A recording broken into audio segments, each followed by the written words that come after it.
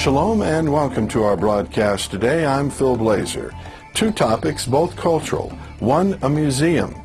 Beth Hatefutsoth, the Diaspora Museum in Tel Aviv. We'll meet Neal Levy. We'll talk about all the wonderful things that are going on with Beth Hatefutsoth. On top of that, in Los Angeles, Kindred Spirits, second annual at the Disney Concert Hall.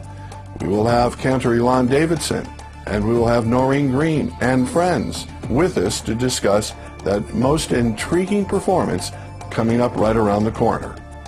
That and more in our broadcast today. Stay tuned. We'll be right back.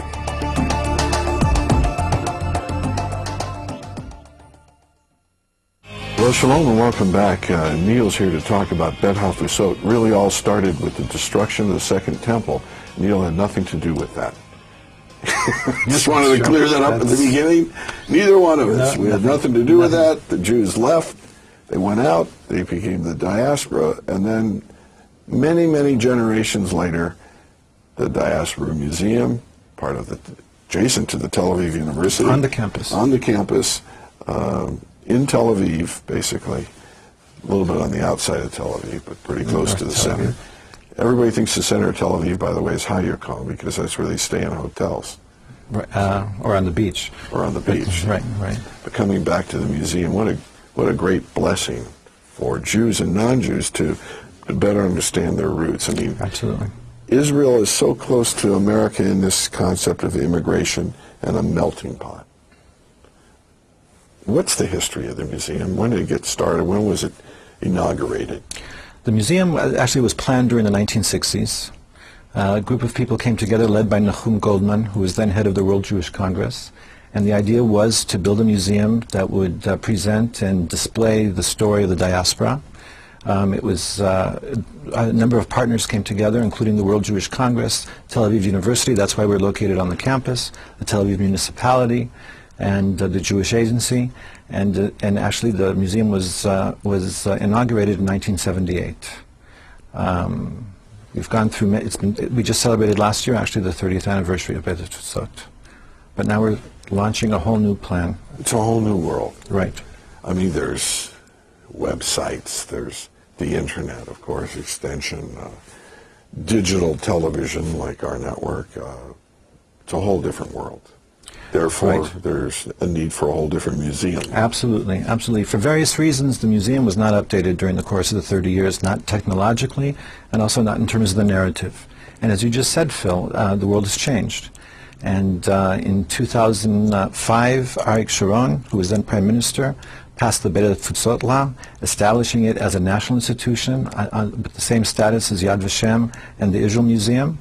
And he allocated funds for the development of the museum and to bring it into the 21st century.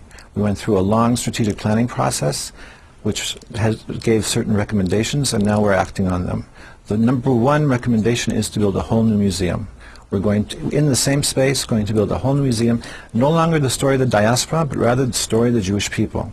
Not starting with the destruction of the Second Temple, but going back to Abraham, to the beginning of the Jewish people, and not ending with the establishment of the State of Israel, but actually bringing it up to today.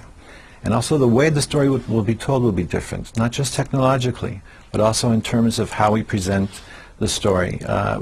Today, because of where Israel was at, where the Jewish world was at in the 1960s, it's in very many ways a didactic museum. It's the diaspora is related to almost as a passing phenomenon. That we're going to tell the story of the diaspora because now with the establishment of the state, let's not forget what happened in the diaspora. Well, now we relate to the Jewish world differently, and we have thriving communities here in North America. We have communities going through Renaissance in Eastern Europe, and it's important that we present these communities just like we present the Jewish community in Israel. We'll be telling the story of the entire Jewish world and their history and their culture and Jewish life, not specifically the diaspora. I always say that the criterion that will determine whether we succeeded or not is whether each Jewish visitor comes out of that museum with the feeling that he or she saw where he or she fits in this 3,000-year-old narrative of the Jewish people, and it's relevant to their lives. So come visit when you're in Israel, and we're looking forward to welcoming you.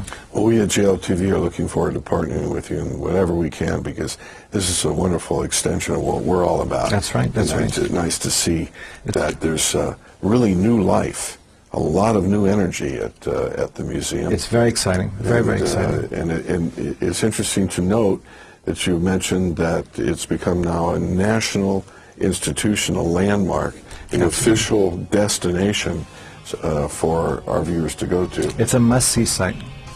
Most definitely. Thank you, Neal. Thank you, and Phil. I'm so relieved about the second temple destruction. I don't know what to say. Nothing to do with it. All that guilt just left me just like that.